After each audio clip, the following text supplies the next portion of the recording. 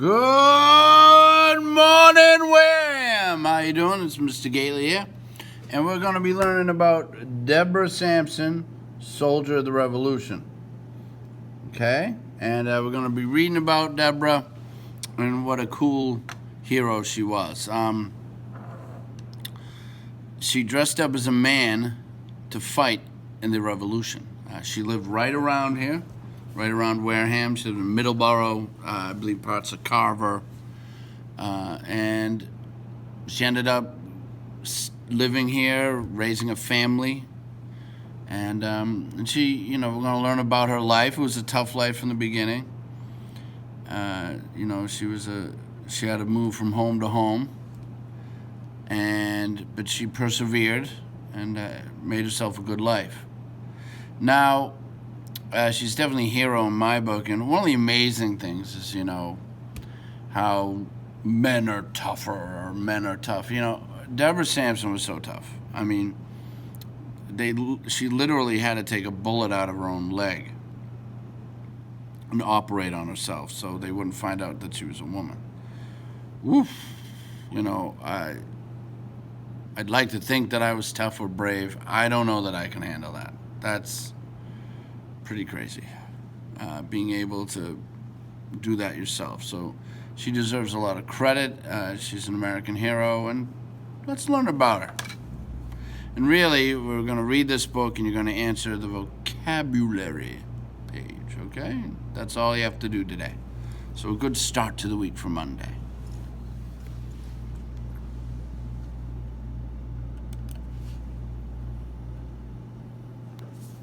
Deborah Sampson, Soldier of the Revolution, by Lee S. Justice, illustrated by Ron Himmler.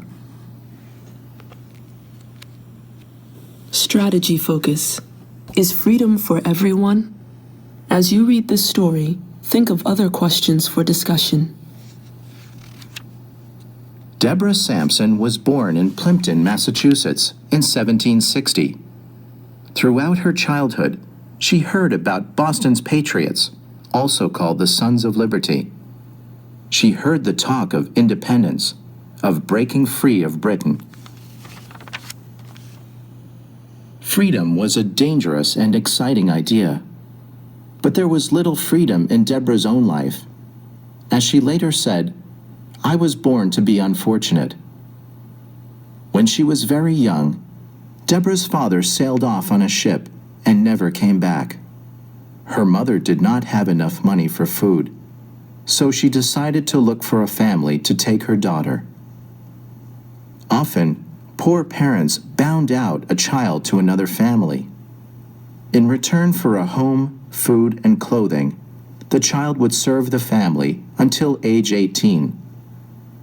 10-year-old Deborah became a bound servant in the home of the Thomas family of Middleborough. The Thomases treated Deborah like a daughter.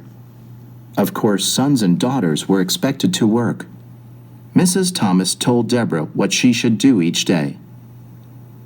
First, Deborah had to get up at dawn to begin her household chores. Then she must help make breakfast for the family. Next, she should feed the chickens and milk the cow. Then she should water the vegetable garden. After that, she could sew, spin, or weave. Like all farm women, Deborah worked hard. With the 10 Thomas sons, Deborah also hunted and fished. She chopped wood and gathered hay. She did all kinds of heavy work. Farmer Thomas didn't believe in schooling for girls, but Deborah had always been eager to learn. She already knew how to read and write. Deborah read every newspaper she could find. A minister gave her a religious book. She soon knew it by heart. She kept a journal. In it, she listed her good actions and her bad ones. She wanted to improve herself. "I wish you wouldn't spend so much time scribbling," Farmer Thomas complained. But he did not make her stop. So Deborah continued. At church one day, Someone read an important document to the crowd. The document said, "All men are created equal." It said that people had rights: life, liberty, and the pursuit of happiness. It listed the reasons for breaking free of Britain. At the end of the reading, the listeners leaped up and cheered. The Declaration of Independence made Deborah's heart pound, but she wondered what some of it meant. She wondered about words like liberty. The soldiers were fighting for liberty. The older Thomas boys had already left home and signed up. Was liberty only for a nation? Or could there be liberty for a 16-year-old farm girl? When she turned 18, Deborah began working in people's homes as a weaver. She also taught children for 2 summers. But by the time she was 21, she was eager for a change. Deborah had an active mind. She was quiet, but in a strong, confident way. Deborah looked strong, too, and she had grown taller than other women of the time. In fact, she was taller than many men. But while men her age had a chance to see the world and taste freedom, women didn't. Deborah decided she wanted adventure, too. One day, Deborah's Middleborough neighbors saw her going about her business as usual. The next morning, she was gone. Days later, a young man in farmer's clothes stood before an army recruiter in Bellingham, Massachusetts. "Your age?" asked the recruiter. 18, said the young man. His face did not even have a whisker. He looked 15, even younger. But the army needed soldiers, young or old. The recruiter did not care. The young farmer promised to serve for a term of 3 years. He signed his name Robert Shirtleaf. Robert Shirtleaf was not a teenage boy. He was Deborah Sampson in disguise. It was 1782. 50 new recruits hiked west through the Berkshire Hills. Hour after hour, they kept moving without a rest. Deborah, marching among the men, suddenly realized what she had done. She felt terror. If the army found out she was a woman, she surely would be punished. She might be hanged. Deborah calmed herself. In the days and months ahead, she would have to be watchful. She would play the part of a quiet young man who kept to himself. After 10 tiring days, the recruits reached West Point in New York. There they received uniforms and weapons. Deborah began training as a foot soldier in the 4th Massachusetts Regiment. The war was winding down, but British troops and Tory bands were still active in New York. Deborah joined scouting parties hunting for armed Tories. She faced musket fire. She heard the cries of the wounded. She saw men fall beside her. Luckily, she escaped unharmed. Then came a morning when Deborah was not so lucky. In a battle with Tories, she was wounded in the head and leg. She begged her comrades not to take her to the hospital. "Let me die here," she pleaded, but they did not listen. A French doctor at a field hospital treated Deborah's head.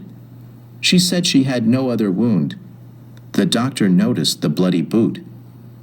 "Sit you down, my lad," said the doctor, preparing to look at the leg. But Deborah said there was no need. She secretly tried to remove the musket ball from her own thigh with no success. The wound would heal, but not fully. In 1783, Deborah was among the troops in Philadelphia. Sickness spread throughout the city. She became ill. She was brought to a hospital. Her fever was so high that she passed out. When a doctor looked her over, he discovered that the soldier called Robert Shirtleaf was really a girl. Soon afterward, Deborah Sampson received an honorable discharge from the Continental Army. She returned to Massachusetts. Deborah Sampson married a farmer named Benjamin Gannett. The couple had 3 children. They struggled to make a living on their farm. Years later, Deborah Gannett met a newspaper publisher. He wrote a book based on her life. The Gannetts worked hard, but they still owed money. In 1802, the newspaper publisher came to Deborah with another idea. How would she like to make money by telling her story to audiences? In 1802, women did not go on speaking tours. It just was not done. Deborah Sampson Gannett, 42 years old, thought about the newspaper man's offer. She would have to travel from city to city on her own. She would have to perform before strangers. She would have to memorize a 15-page speech. Deborah said yes. She would do it. Audiences paid to see the unusual soldier. In uniform, Deborah Sampson Gannett performed the drills she had learned as Private Shirtleaf. She gave her speech in a confident voice. Pretending to be a man was a bad deed, she admitted. She had taken steps that women were not permitted to take. Terrible memories of the storms of war would always be with her. Yet, she had done it for the best reasons: liberty and independence. The new United States government granted small monthly payments to those who had served in the war. Deborah Sampson Gannett was granted payments for her faithful service as a soldier of the Revolution.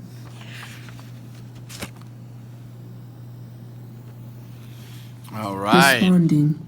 Think about the So that's awesome, and you'll just do a vocabulary page, okay? So Deborah Sampson proving that women can fight too. And now, hundreds of years later, we do have women fighting with the men on the front lines. So cheers. See you tomorrow.